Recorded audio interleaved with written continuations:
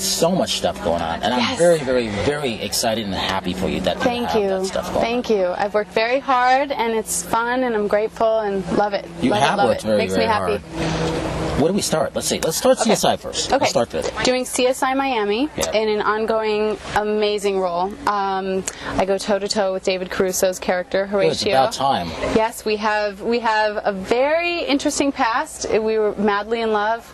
We produced a child together, and then I left, and now I've come back, and now we both have discovered our child and the love we still have for each other, but it's very complex and kind of juicy. It's fun. Yeah, so we just filmed the finale. Too. Oh yeah, it's the #1 show in the world, which is kind of wild, That's right? Huge. And just the actors are great on it. I mean, I was kind of like the new girl in school because they've been together for 6 years, but they've welcomed me with open arms, and it's such a great work environment, and they take it so seriously and care so much still. Sometimes people are on shows for a long time that are successful, and they just kind of phone it in and come to work and just they just want to like clock in and out, but these actors really care about it, and so I love being around that. Well, you're not one to just clock it in because you got so much going on, and I know how important it is for you to do that stuff. Yeah, no, I love it. I love it so much, and Step It Up and Dance, the same thing, is so much fun in its own different way. One is my acting, one is getting to be in the world that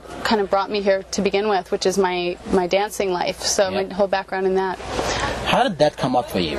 The producers, actually, who produced Project Runway, as well as Top Chef, they approached me, my manager, and set up an appointment. They wanted to meet with me. They had, which was very flattering, thought about me to host it in the way that Heidi and Padma do, and you know, they knew of my background in dance, which I thought also was great, that they didn't just have a host that had no sense of what this world is about.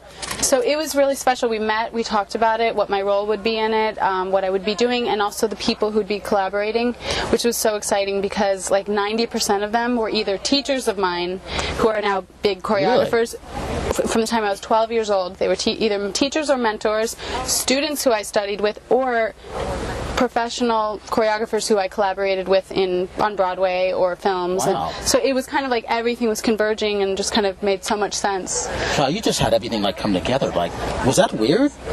What? The elements of that one? Well, the elements of that one, just, you know what, sometimes in life, when you're open to it, because I wasn't looking to do a hosting gig, just because I've been working a lot as an actress, but sometimes things come up and knock on your door, and you have to be open enough to listen to let them in. And I'm glad I did, because it's been just such a joy to be. I love being around dancers. Dancers have the strongest work ethic, passion, devotion, discipline. It's just, for me, it's what I love to be around. So I love it.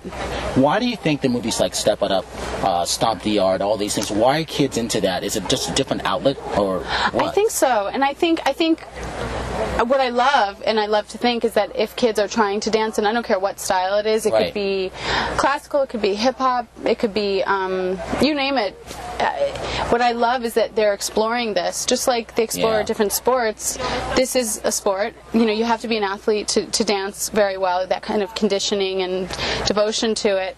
And just, I think, look, it's a healthy thing to be addicted to. So if kids are doing that after school, great. You know, it's if that's the way they're kind of expressing themselves in a competitive way, that's great. Let's talk about your website, because that's important too. Yeah, thank you. How did that come about, and why?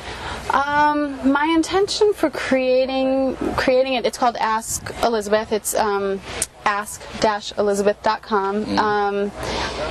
Well, the website was based on, first, the whole seed of it started with workshops that I created, and the foundation for the workshops is a self-esteem based workshop, and it's interactive. I facilitate it with girls, adolescent girls 11 to 17, and now it's for college age girls as well. It's just organically moved into that. 11 to 17, those important ages. Oh yeah, that, to me, the reason why I wanted to target that age is I feel like that age is where your sense of self is so easily well, we tend to abandon it during that time because of seeking approval from others. I mean, we all do as human beings at all times. It's just part of our nature. But during that age in particular, I think a lot of girls abandon it just in the name of acceptance.